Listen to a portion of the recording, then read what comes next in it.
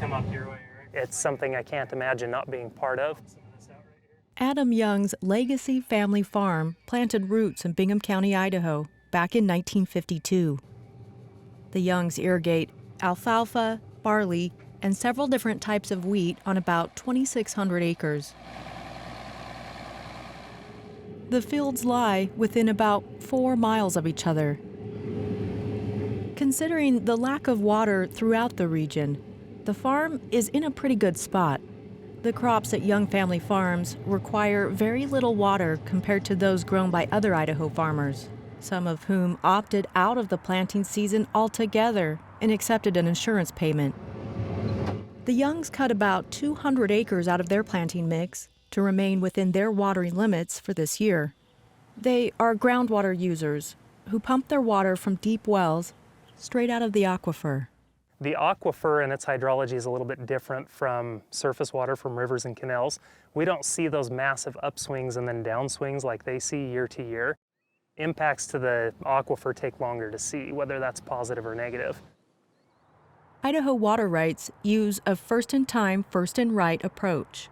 In other words, seniority determines who gets water first when there isn't enough to go around.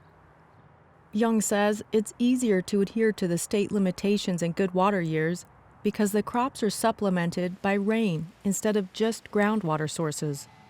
But for several years now, they've only been able to draw 40% of their full water rights as set forth in a mitigation plan that exists for groundwater users on the eastern Snake River Plain.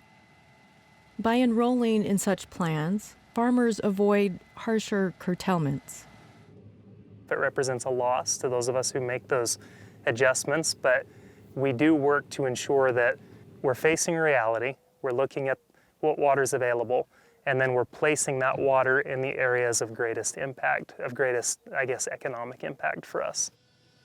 Recognizing the future could have more drought years, Young and his family are learning how to adapt. He says the addition of these solar panels has been a major boon to the farm, helping them pay for costs associated with irrigating water. Water for some farmers in the Gem State has already been cut off, with many knowing that was going to be the case heading into the growing season. We feel for those that, are already out of water and are having to modify their operations because of that. Brian Patton is the deputy director for the Idaho Water Resources Board. His job is to oversee the governance of water rights and make sure the right amount of water gets put into the corresponding locations across the state.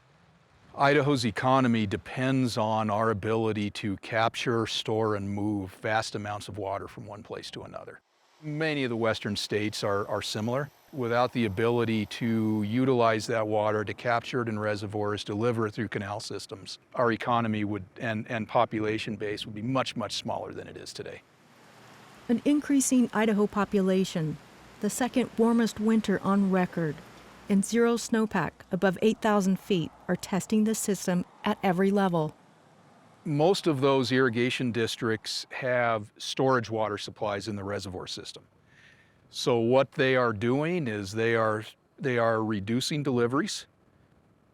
Instead of 100% of normal delivery, they're delivering a 70% of normal delivery and trying to get through to the end of the season as best they can. Since 2024, nearly all of those groundwater rights would have been curtailed without the Eastern Snake River Plain Mitigation Plan. Lieutenant Governor Scott Bedke and Jeff Raybould, the chairman of the Idaho Water Resources Board, brokered the settlement. Without an agreement between water users in place, upwards of 800,000 acres of irrigated land would have gone fallow this year due to the lack of water. Now there's a lot of national issues, and you've seen the federal courts step in and to manage the Colorado River system. And that's the last thing that we want to have happen here in Idaho. We want to solve these Idaho problems with Idaho stakeholders to the benefit of Idaho. The original reason the Water Board was formed is California was talking about coming up and taking water out of the Snake River and piping it to California. And Idaho didn't want that to happen. So they amended the Constitution, and it created the Idaho Water Resource Board and gave the Water Board the instruction to create a state water plan to show how we were going to utilize our water supply. We still have that responsibility.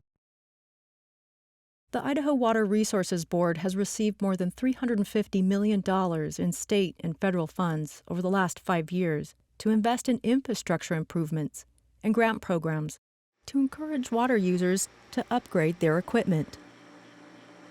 The IWRB is channeling some of the money towards recharging aquifers, building up existing dams, and partnering with the state of Utah on a cloud seeding project. For Young, even with good faith negotiations and investments in water infrastructure, he's keeping a wary eye on the future. We see that pressure, we feel that pressure, and it does have an impact on what we're able to do. But we're committed to figuring out how to make things work long term for all water users in the state. For Market to Market, I'm Tammy Scardino.